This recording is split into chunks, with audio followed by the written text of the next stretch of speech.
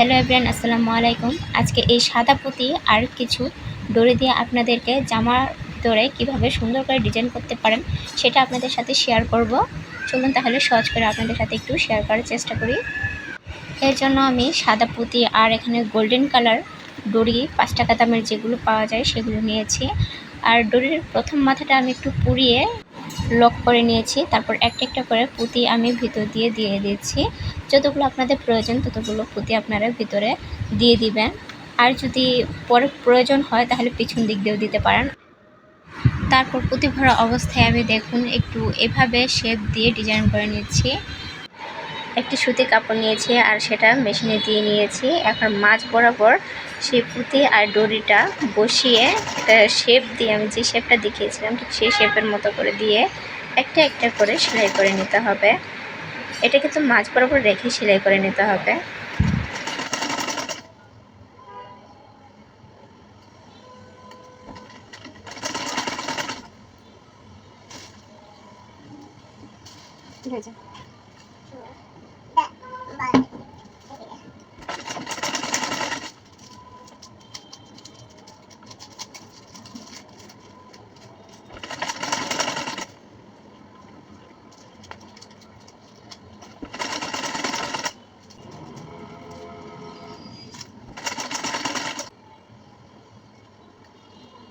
তারপর এভাবে একটা একটা করে ডরি আর পুঁতিগুলো সেলাই করে নেওয়া হয়ে গেলে আমি আপনাদেরকে একটু কাছ থেকে দেখিয়ে দিচ্ছি এটা কী রকম হয়েছে। আর এখানে যে কাপড়টা রয়েছে কাপড়ের দিকে উল্টো দিকে যে সেলাইটা শুধু রয়েছে সেই উল্টো দিকে সেলাইয়ের দিকটাতে কাপড়টাকে আমি 2 ফোল্ড করে নিব।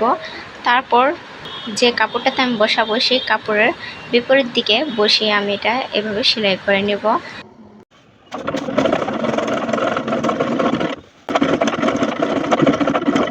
এই ডিজাইনটা দেখতে যতটা সুন্দর করতেও কিন্তু ততটাই সহজ।